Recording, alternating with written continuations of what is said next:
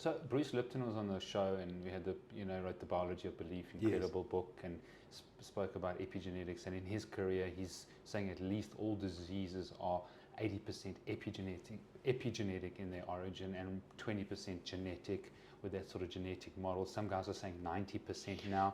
You've got a 40-year career, you've got neuroscience behind you. What would you say is the environment, which is epigenetics, that actually pulls that gun?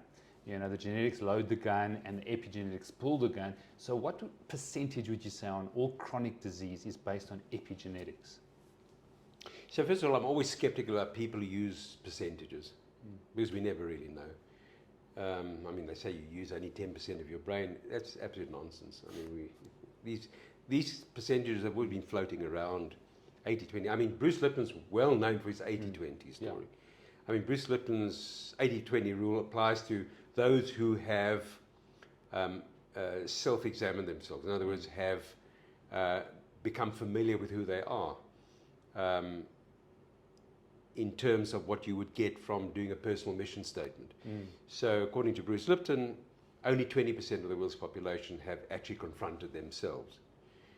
I don't know how true that is. I continue to use it because I like Bruce Lipton. I think he's a great guy.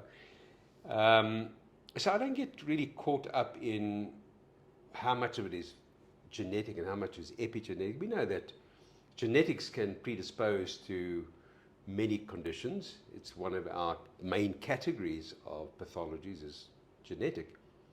Epigenetic, well, you see, epigenetic comes very much into my field, but specifically as regards chronic inflammation. So that's one of my special areas, is the understanding of chronic inflammation, what it really is, how it's initiated, and what its effects are. And the real stat, now looking at all our chronic conditions, is that up to 80%, and possibly even more, up to 80% of multiple conditions have a chronic inflammatory foundation.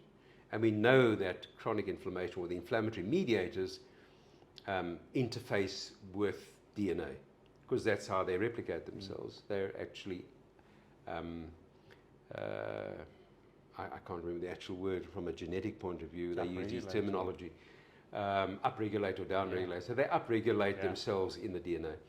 So for me, the big revelation in all of this is not whether it's genetic or epigenetic, but how much of these conditions, and I'm talking about vascular conditions, cardiac conditions, stroke, neurodegenerative disorders like Alzheimer's, Parkinson's, motor neuron diseases, cancers, many cancers, how much of them have a chronic inflammatory foundation.